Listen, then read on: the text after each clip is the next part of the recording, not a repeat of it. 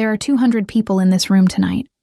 Producers, directors, executives who decide in 30 seconds whether someone's dream lives or dies.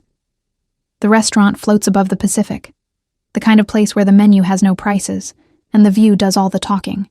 The wine is cold, the laughter is loud. Everyone here is important, and everyone here knows it.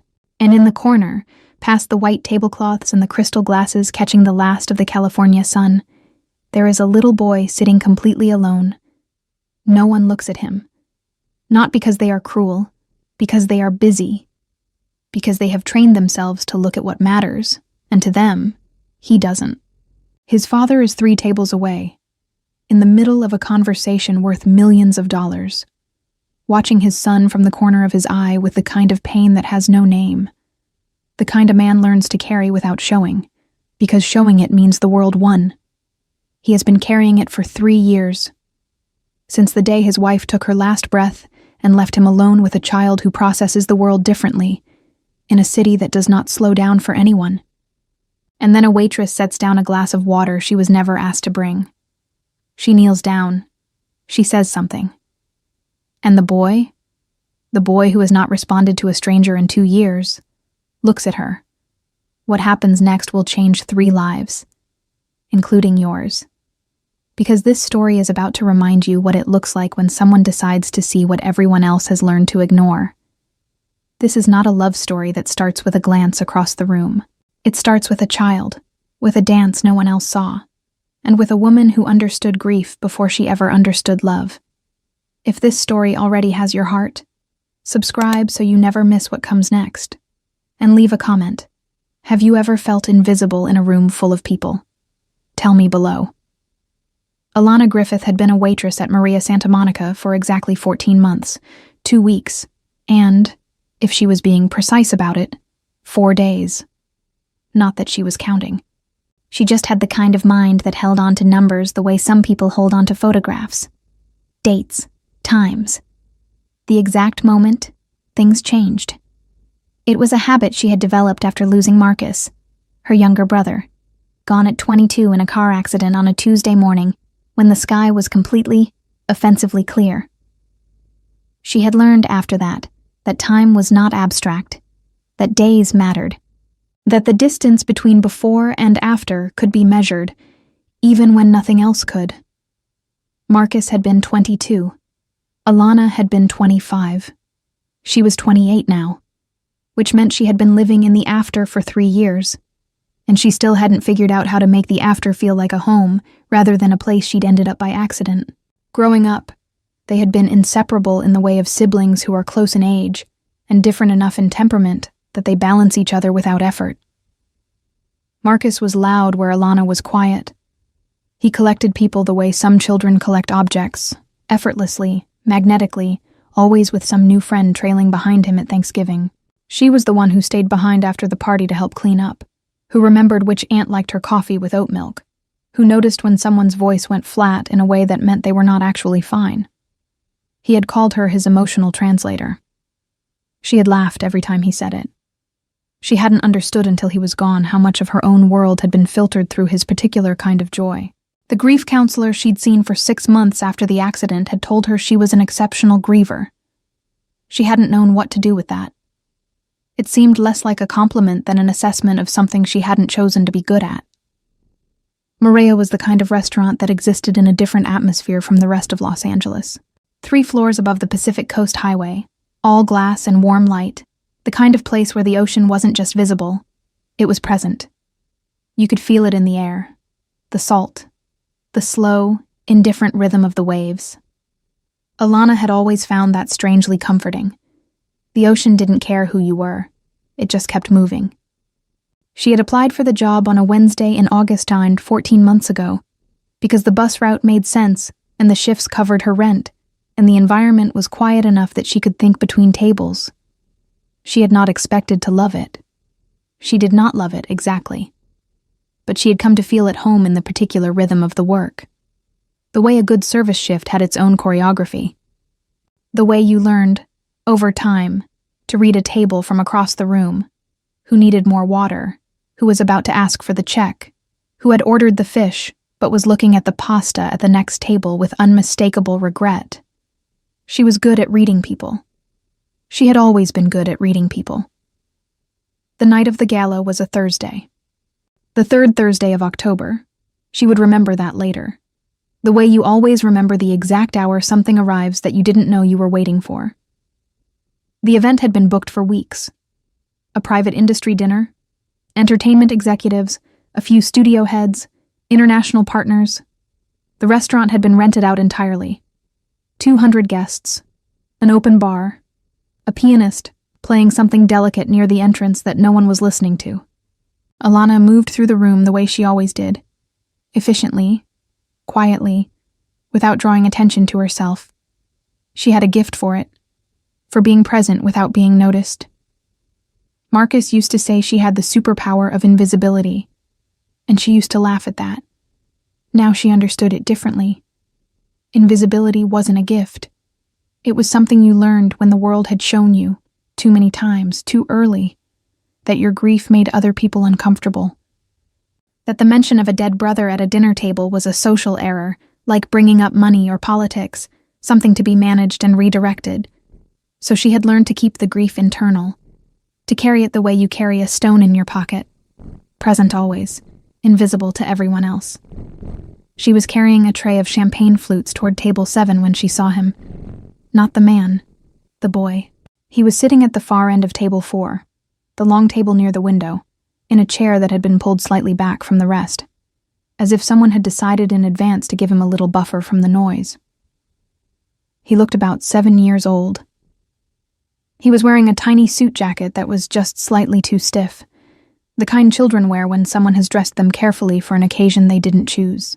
His hands were flat on the table in front of him, palms down, and his eyes were fixed on the ceiling. He wasn't looking at the ceiling the way a bored child does, restless and searching for something to count.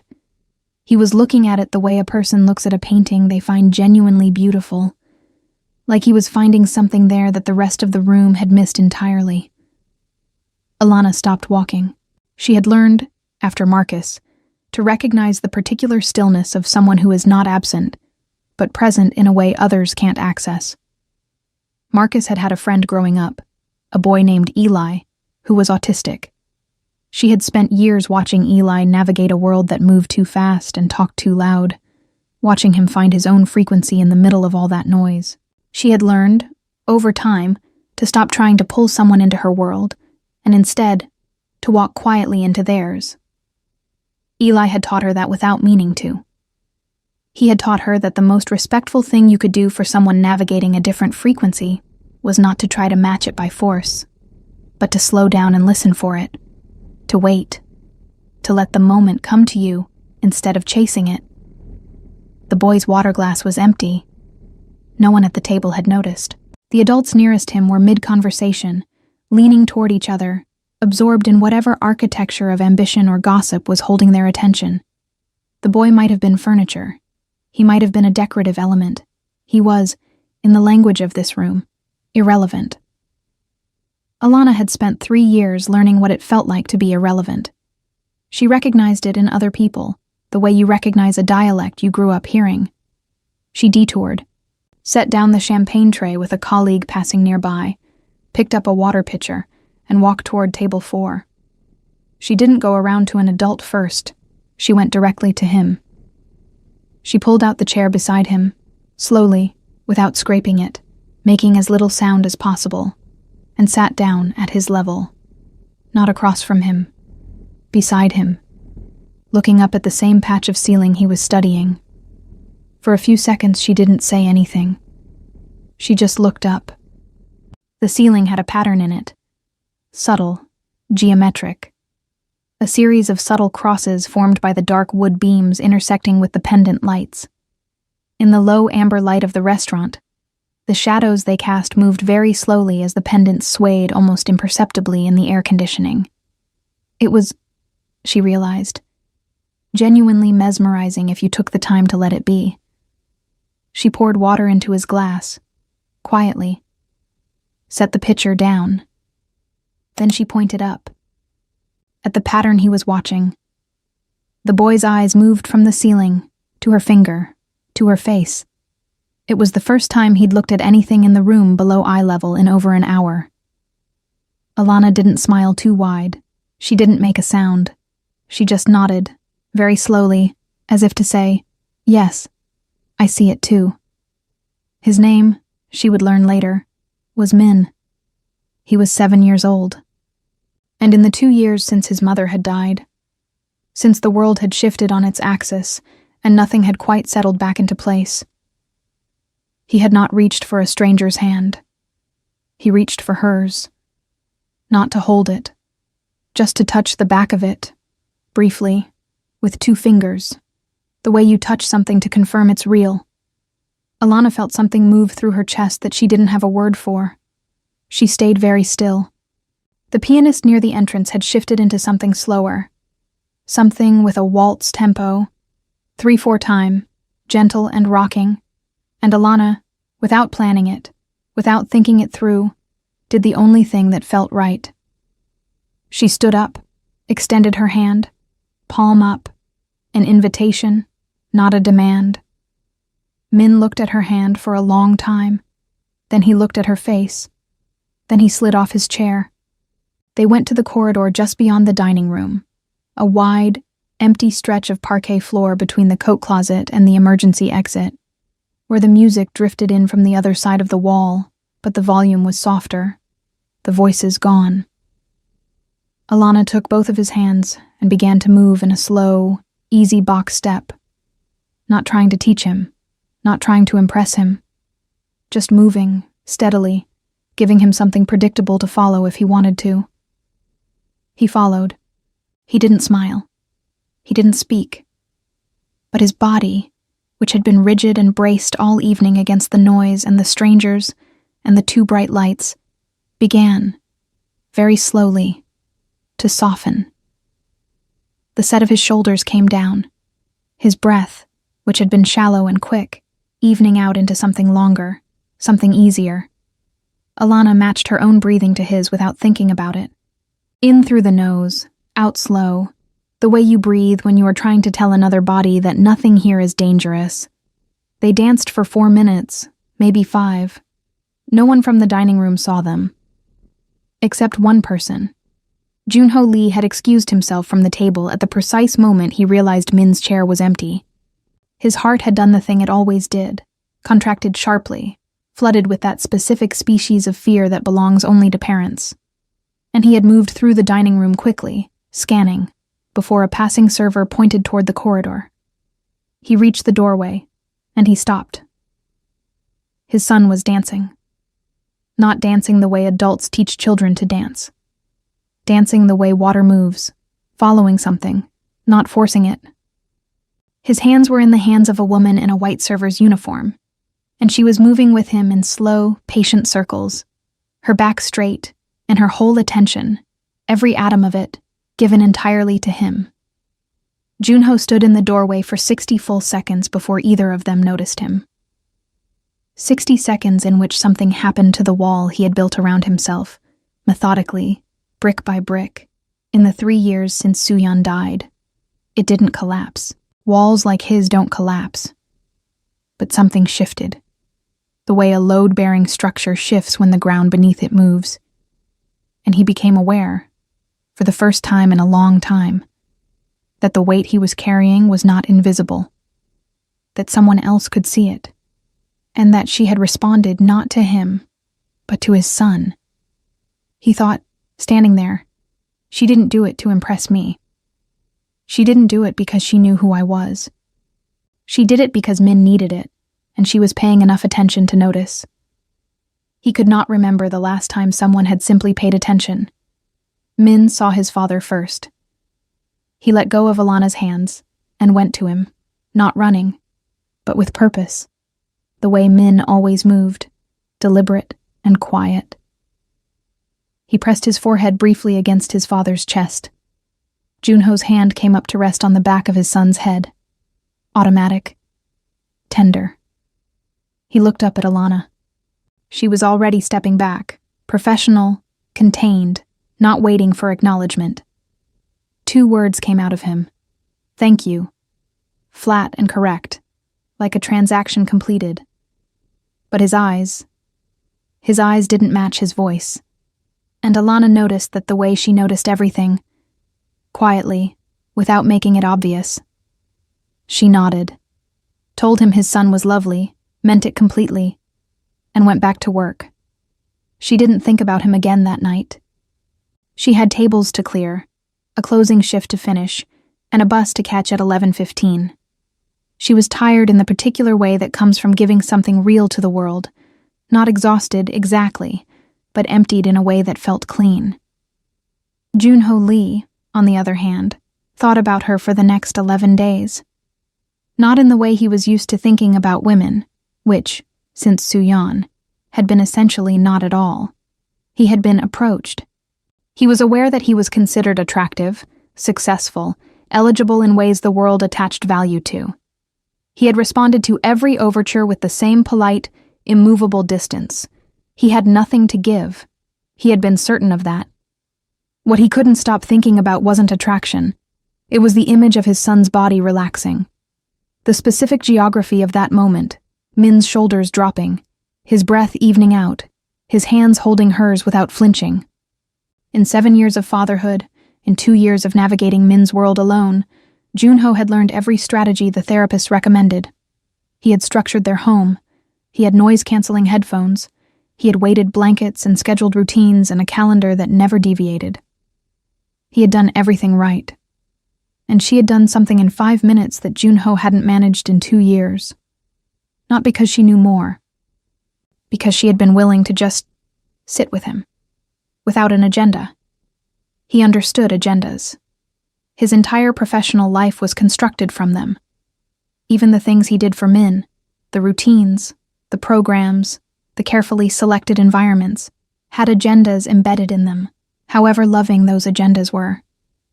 He was always trying to create conditions for an outcome. She had simply created presence.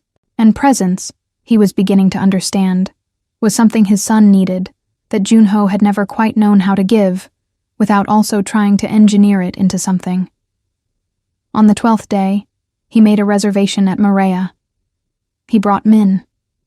He told himself it was because Min had responded well to the environment, that the restaurant's acoustic profile, open water on one side, the gentle hum of a controlled interior, was better for him than most places. This was true. It was not the whole truth. Alana saw them from across the room the moment they were seated. She finished taking an order at table 2, walked to the back, breathed once, and went over. She went to Min first. Always Min first. She crouched down, set a small glass of water in front of him without asking, and pointed at the ocean through the window. The sun was starting to slide toward the horizon. The light on the water was extraordinary, fractured gold moving in slow patterns across the surface. Min pressed his nose to the glass. Junho exhaled. They ordered. She brought the food. She was attentive without hovering, present without performing. She didn't speak to Junho beyond what the job required. She didn't try to make herself memorable. She just was there, doing the work. With the same quality of attention, she gave everything. As she was refilling his water near the end of the meal, a question came quietly from across the table, almost as if he hadn't planned it. How had she known what to do? That night, with Min. She considered the question for a moment before answering. Said she used to know someone who needed the world to slow down. Said she had learned that sometimes the most important thing you can do for a person is just share what they're looking at. Not try to redirect them. Not try to fix the moment. Just be in it with them. A single word followed from across the table, quiet and direct. Who? Someone I lost. That was all she gave him. She said it without performing the grief. The way you mention weather. Stating a fact, not requesting sympathy. She picked up the water pitcher and moved to the next table. Junho watched her go and thought, she knows what carrying something feels like. They came back the following week, and the week after that. Each visit was a Tuesday. Junho was meticulous about this, without quite admitting to himself why. The word routine was available. The word excuse was not quite out of reach. He told his assistant to block Tuesday evenings. His assistant, who had worked for him for 6 years, recognized the particular quality of instructions that were not to be questioned, and simply blocked them. The conversations grew. Slowly, not romantically. Nothing so obvious as that. More the way two people grow when they discover they are fluent in the same obscure language. The language of grief, of quiet, of having learned to take up less space in a world that wasn't designed for the way they moved through it. Alana learned that Junho had come to Los Angeles at 26, from Seoul, on a student visa, with the kind of stubborn vision that doesn't negotiate with reality. That he had built his technology company, a platform for real-time language accessibility and translation for live events, from a one-bedroom apartment in Koreatown, surviving on instant noodles and the specific confidence of someone who has decided they are going to make it even before they have any evidence that this is true. He was 38 now. The company employed 400 people. The apartment in Koreatown was long gone. None of it had prepared him for losing Suyeon. Nothing could have. Suyeon had been 33 when the diagnosis came. Pancreatic cancer, stage 3. The doctors had spoken in percentages, in timelines, in the careful language of professionals who have learned to deliver devastation without using that word. Junho had sat in that office and understood every word and not understood any of it, because the woman they were describing was the person he had built his entire adult life around. And the idea that she was a percentage was something his mind simply refused. She had died 11 months after the diagnosis. Min had been 5. Too young to have the language for it, old enough to feel the architecture of his world change in ways he would keep processing for years. Junho learned all of this out of himself slowly, over Tuesdays, in the way that water reveals the shape of stone, not by force but by persistence. Alana never asked directly. She just listened. And something about her quality of listening, patient, unhurried, without the anxious need to fill every silence that most people had, made the words come. Alana learned this in pieces. He wasn't a man who gave information in full sentences. He gave it in small amounts, the way someone who has been hungry a long time eats, carefully, not trusting abundance yet. She didn't push. She never pushed. She received what he offered, and waited for the rest, and did not punish him for the silence in between. Min, meanwhile, had begun to recognize her from the parking lot. It was the 7th Tuesday. Alana was not counting, except she was, when Junho arrived earlier than usual. Min was not with him. She noticed this immediately. Noticed, too, something different in the way he carried himself, still precise, still contained, but heavier, as if something had been pressing on him all day and had not let up. She seated him at his usual table, the one Min liked, near the window. She brought water without being asked. She was about to recite the evening's specials when he looked up and said he didn't want the specials. He wanted a whiskey. Neat. And he wanted to sit here for a while. She brought the whiskey. An hour later, when her section was quieter, she sat down across from him. Not on the clock, technically. Her break had started. It was the first time she had ever sat across from him rather than standing beside him, and the geometry of it felt significant in a way she couldn't entirely explain. It was Suyeon's birthday. He set the words down between them before anything else. October 31st. She would have been 36. He described the morning in short, careful sentences. The cemetery. Min's hands on the headstone, both palms flat, reading the stone with his fingers the way he sometimes read surfaces that interested him. He had stood like that for a long time. And Junho, watching his son say goodbye to his mother in the only language available to him, had felt something break open in his chest that he had been holding closed for 3 years. The crying had come in the car, on the way home, Min in the back seat, radio off, the October light through the windows in a way that didn't help at all. His voice was even when he described it, but only just. 3 years, and he had been managing, not feeling it, managing it. And then Min had put his hands on that stone, and managing was no longer a thing he was capable of. Alana was quiet for a moment. She waited until she had the right words. Then she gave them without preamble. She knew what it felt like when the dam finally broke. When something held intact for so long that when it opened, you didn't recognize yourself anymore. She knew how important it was that it had broken. Because the things we carry and seal don't disappear. They only get heavier. Marcus came next. Not everything, not all at once. But enough.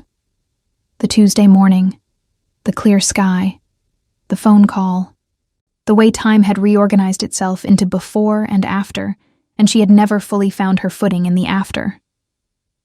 25, she had been. Already accepted to a graduate program in occupational therapy. She had wanted to work with children with developmental differences. She had deferred and never gone back. The grief had changed the trajectory of everything. And what remained had been 3 years of rebuilding slowly, in the quiet margins of shifts and bus rides and mornings that still sometimes caught her off guard. She was 28 now.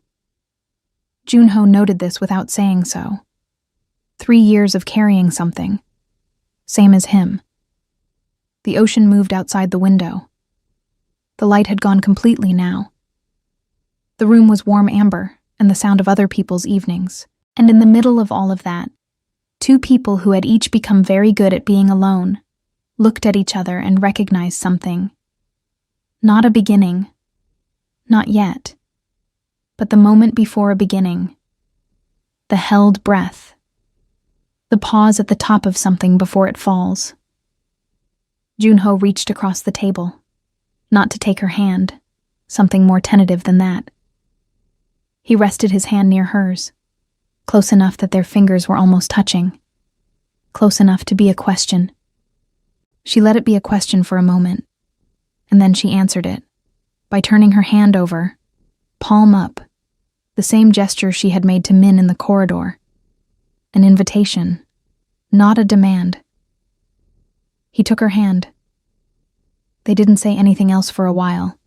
They didn't need to. The weeks that followed were the lightest Junho had felt since he was a different version of himself. He arranged things, carefully, without pressure, in the way someone arranges something they are afraid to break. He called ahead when he brought Min.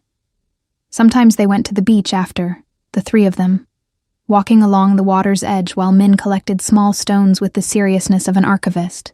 Alana walked beside Junho with her shoes in her hand and the water around their ankles. And they talked, really talked, the way 2 people talk when they have decided, without explicitly deciding, that the other person is safe. Min had a system. He would select a stone, examine it in the specific way he examined everything, rotating it slowly, feeling its weight, holding it up to the light where the horizon met the ocean, and checking its color against the sky. And then either pocket it, or return it to the water with the careful deliberateness of a verdict. The pocketed ones were, apparently, the successful candidates. The ones that had passed some internal measure of worthiness that only Min understood. There was something about the ritual that Alana found deeply moving. This small person with his internal compass, his private criteria, his complete indifference to whether anyone else understood the system. He knew what was worth keeping. He always knew. By the end of the 3rd beach afternoon, he had collected 11 stones. He pressed 9 of them into Alana's hands before they said goodbye. She kept all 9 of them on her windowsill. She did not let herself examine too closely what that meant. On the drives back from the beach, Min would fall asleep in the back seat with the particular completeness of a child who has spent all of himself on a good day. Junho would drive with one hand on the wheel and the other sometimes finding Alana's, and they would talk in the low, unhurried way of people who are not running out of time. She told him about her mother in Atlanta, who called every Sunday and asked careful questions that weren't quite the questions she was really asking. He told her about his sister in Seoul, who had raised her eyebrows at the mention of Maria on their last video call and then said nothing, which was, in the language of their family, extremely loud. They were building something. Neither of them named it out loud. Naming it felt like the kind of thing that could startle it away. Junho kissed her for the first time on a Sunday evening in December, in the parking lot of the restaurant after her shift, while the air smelled of salt and the distant edge of rain. It was not a dramatic kiss. It was quiet and deliberate, the way he did everything, as if he had decided it was right and was not going to apologize for that. She kissed him back the same way, quietly, like something that had already been true for a while and was just now being acknowledged out loud. It started in January. Small things. An article in a trade publication that mentioned Junho's name alongside a photograph taken at a charity event. A photograph in which a young woman in a white uniform was visible in the background, partially out of frame, and that was enough for the internet to fill in the rest. A comment thread appeared, then a blog post. The tone was speculative, mostly harmless, but it was there. And Alana read it at 2 a.m. on her phone in her small apartment in Inglewood, sitting on the floor with her back against the bed, and felt something cold settle in her chest. Not fear, something older than fear. The specific dread of someone who has learned that the world's attention is not gentle, that it doesn't distinguish between a story it tells and the life it's telling the story about. She had seen what happened to women who stood next to powerful men in public before they were ready. She had watched the machinery of opinion and judgment dismantle people who had done nothing except exist near someone important. And underneath that dread, quieter and more corrosive, was something she was less willing to name. Something that had been building since the beach afternoons began, since Min had pressed 9 stones into her hands with the gravity of a child giving his best thing. The understanding that she was already in, that she had already let this matter, and that everything that could be lost from here was exponentially larger than anything she had risked since Marcus. She had not planned to love this child.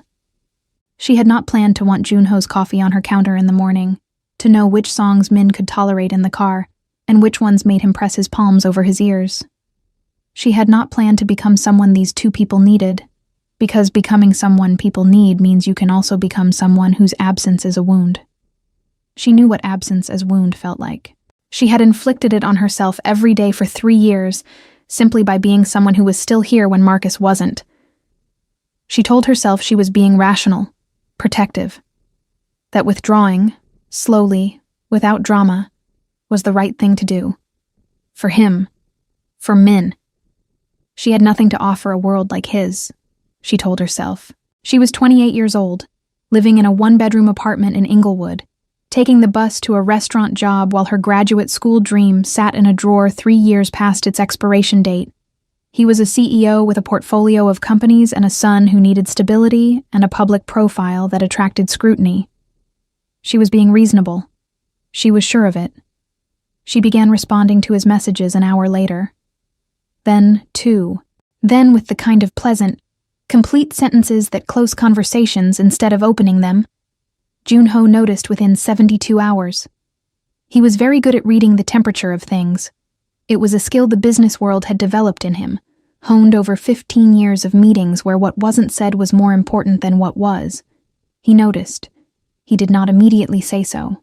He gave her the space she seemed to be asking for, with the discipline of a man who had learned not to reach for things that were pulling away from him.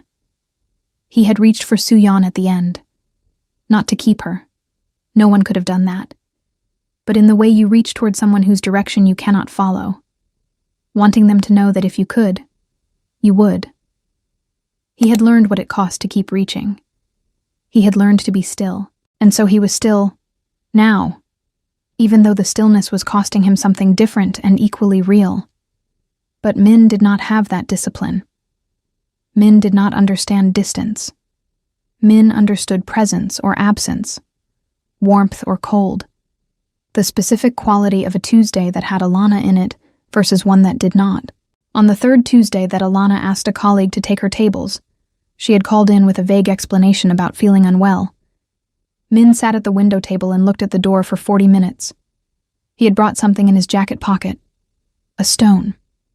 The best one, by any measure, smooth, flat, the specific gray-blue of the Pacific on a cloudy morning.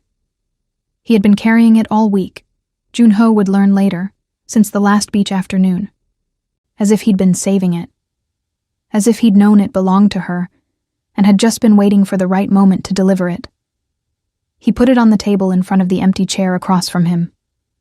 Junho watched his son do this and felt something crack in him that had nothing to do with Suyeon. He felt it specifically, cleanly, like the sound of something structural giving way. He called Alana that night. She answered. She always answered. She hadn't been able to make herself stop doing that. He was not a man who circled. The question came direct and without apology. Was she pulling away? And if so, he needed to know why. Not because he was angry. Because he needed to understand what he had done, or what the world had done, that made her decide to protect herself from him. She was quiet for a long time. Then the truth came out of her. The article, the comment thread, the feeling of being looked at by a world she hadn't agreed to be part of. And the deeper truth underneath it, the one she had been less willing to name. That she was afraid of what it would mean for Min. That Min had already lost one person who was central to his world. That she cared about that boy in a way that had surprised her completely. And that the idea of one day not being there, not by choice but by circumstance, by the natural entropy of things, was something she couldn't make herself risk. Not with him. Not when he had already paid such a steep price for loving someone who left. Junho listened to all of it without interrupting. When she finished, the silence lasted long enough that she thought the call might have dropped. Then his voice came, steady, without accusation. He heard her. He wasn't going to argue with her that night, but she needed to understand something. The thing she was afraid of doing to Min, leaving, she was already doing, and Min already knew. Then came the detail that undid her. The stone, Min's stone, placed on her empty chair.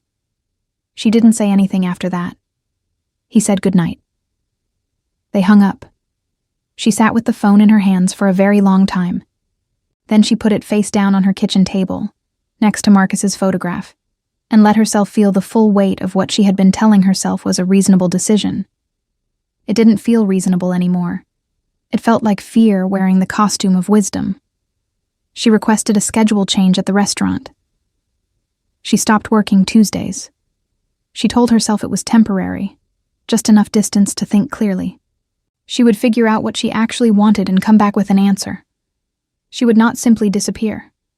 She was not someone who disappeared. But 2 weeks passed. Then 3. And the figuring out didn't produce an answer. It produced more questions, deeper ones, the kind that don't resolve on a schedule. She found herself standing in front of the windowsill at odd hours, at 6 a.m. before a shift, or at midnight after 1, looking at the 9 stones Min had given her, picking one up, holding it, feeling its weight, the way he did, as if the weight had something to tell her. She was beginning to wonder if she had made an irreparable mistake. The afternoon of February 3rd was mild and bright.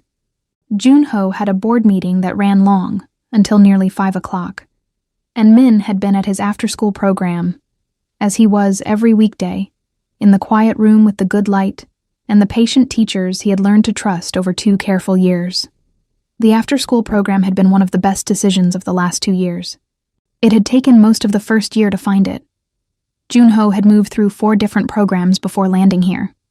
At a small center in Santa Monica, run by a woman named Dr. Ose, who had been working with autistic children for 20 years and who had told Junho, in their first meeting, that the goal was never to make Min more comfortable in the world as it currently existed, but to help him build the tools to move through it on his own terms. That had been the first conversation about Min that hadn't left Junho feeling like he'd failed something. Junho's driver picked up Min at 5:15. Min's after-school was on Olympic Boulevard in Santa Monica, 3 miles from Maria. This was not a coincidence. Originally, the program had been chosen partly for its location, in the period when Tuesdays had been anchored by the restaurant, when proximity had felt like logic. The driver knew the route. Min knew the route. Everyone knew the route.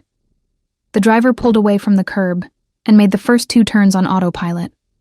At the 3rd turn, where they should have continued east, toward the freeway, Min reached forward and touched the back of the driver's headrest. Once, twice. A clear signal, in the language he and the driver had developed over months. Stop. Something needs to change. The driver glanced in the rearview mirror. Min was pointing west, toward the ocean. The driver, a kind man named Gerald, who had been with the family for 4 years and understood Min in the practical, affectionate way of someone who has learned on the job, paused. His voice was gentle when he confirmed it. Maria? The restaurant? Min didn't answer. He just pointed. Gerald made the turn. He texted Junho from the next red light.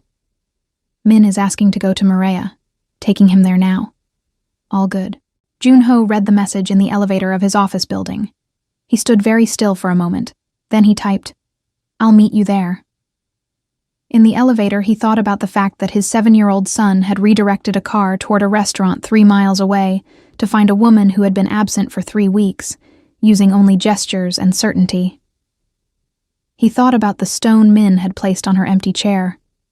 He thought about his own discipline, the practiced stillness, the refusal to reach, and understood, riding up to the 40th floor of a building he owned, that some things were not going to be disciplined away, that he was in love with Alana Griffith, and had been for long enough that it had become part of the structure of him, the way certain beliefs do, quietly, without announcement, until you find you cannot locate the point where they began. Alana was working a Thursday double. She had taken on extra shifts, partly for the money, partly because busyness was a reasonable substitute for thinking. She was carrying a tray of appetizers toward table 6 when the hostess touched her elbow. The hostess's voice was quiet, almost uncertain. There was a child at the host stand asking for her. Not in words. He had come to the desk and pointed. At Alana, specifically, like he had always known exactly where she was. Alana set the tray down on the nearest surface.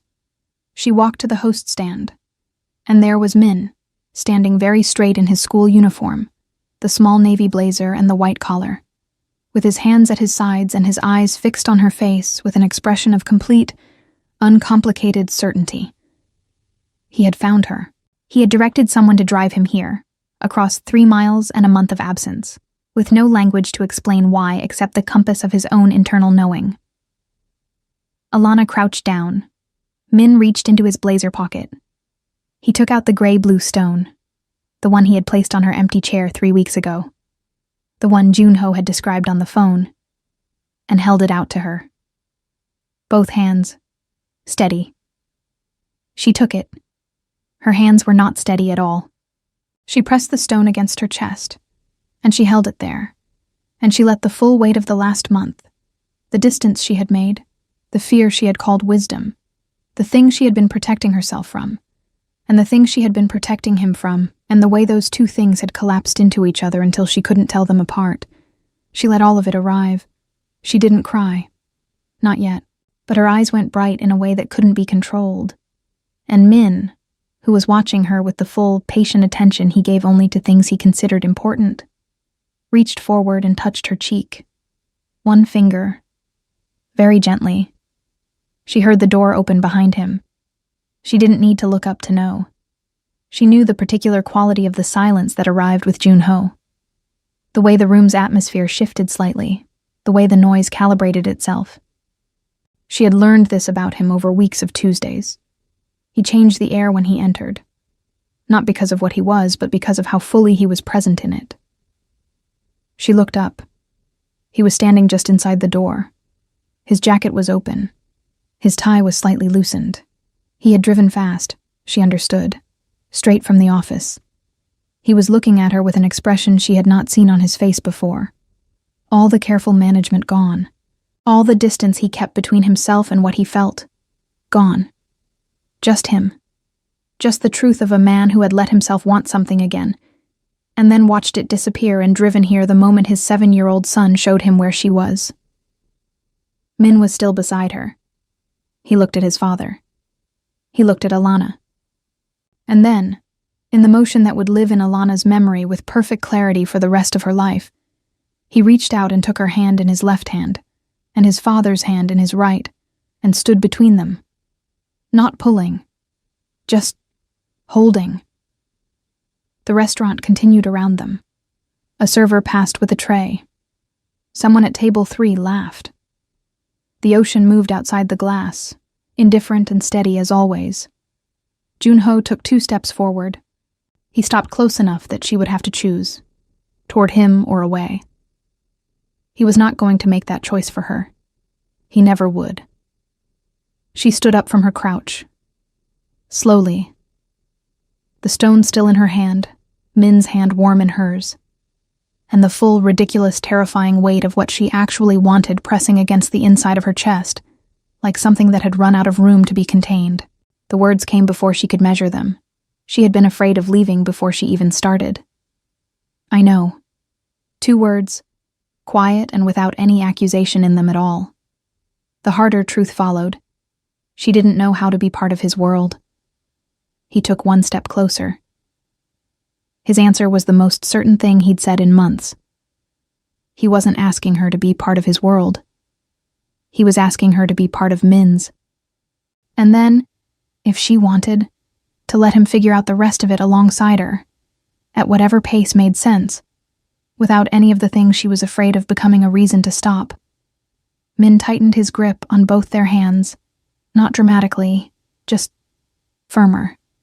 The way a child holds something they've decided they are keeping. She stepped toward him.